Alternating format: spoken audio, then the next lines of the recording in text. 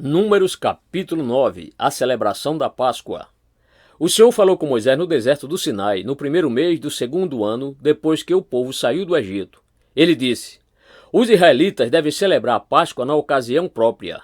Celebrem-na no tempo determinado, ao pôr do sol, no 14º dia deste mês, de acordo com todas as suas leis e ordenanças. Então Moisés ordenou aos israelitas que celebrassem a Páscoa. Eles a celebraram no deserto do Sinai, ao pôr do sol, no 14º dia do primeiro mês.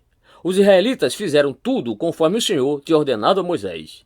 Mas alguns deles não puderam celebrar a Páscoa naquele dia porque se haviam tornado impuros por terem tocado no cadáver.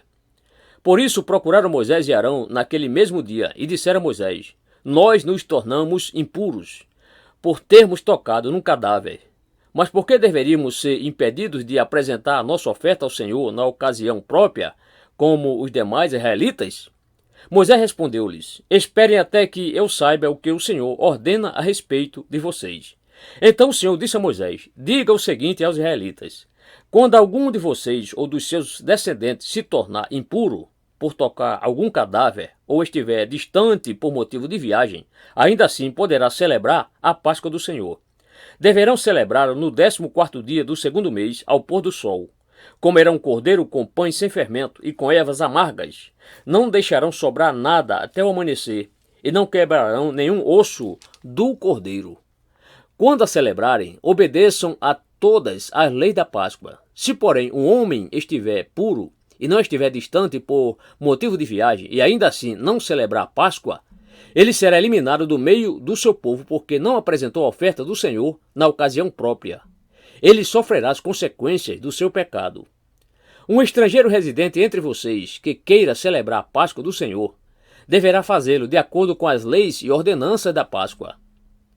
Vocês terão as mesmas leis para o estrangeiro e para o natural da terra. A nuvem sobre o tabernáculo. No dia em que foi armado o tabernáculo, a tenda que guarda as tábuas da aliança, a nuvem o cobriu. Desde o entardecer até o amanhecer, a nuvem por cima do tabernáculo tinha a aparência de fogo. Era assim que sempre acontecia.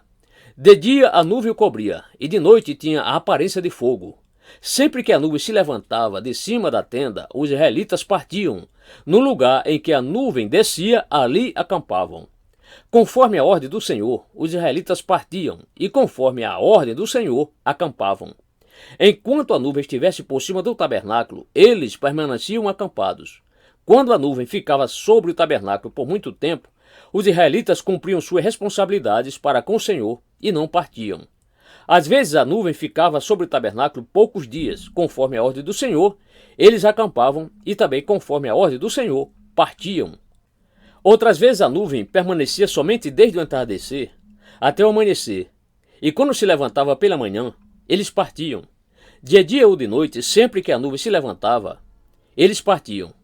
Quer a nuvem ficasse sobre o tabernáculo 2 dias, quer um mês, quer mais tempo, os israelitas permaneciam no acampamento e não partiam, mas, quando ela se levantava, partiam. Conforme a ordem do Senhor, acampavam, e conforme a ordem do Senhor, partiam. Nesse meio tempo, cumpriam suas responsabilidades para com o Senhor, de acordo com as suas ordens anunciadas por Moisés.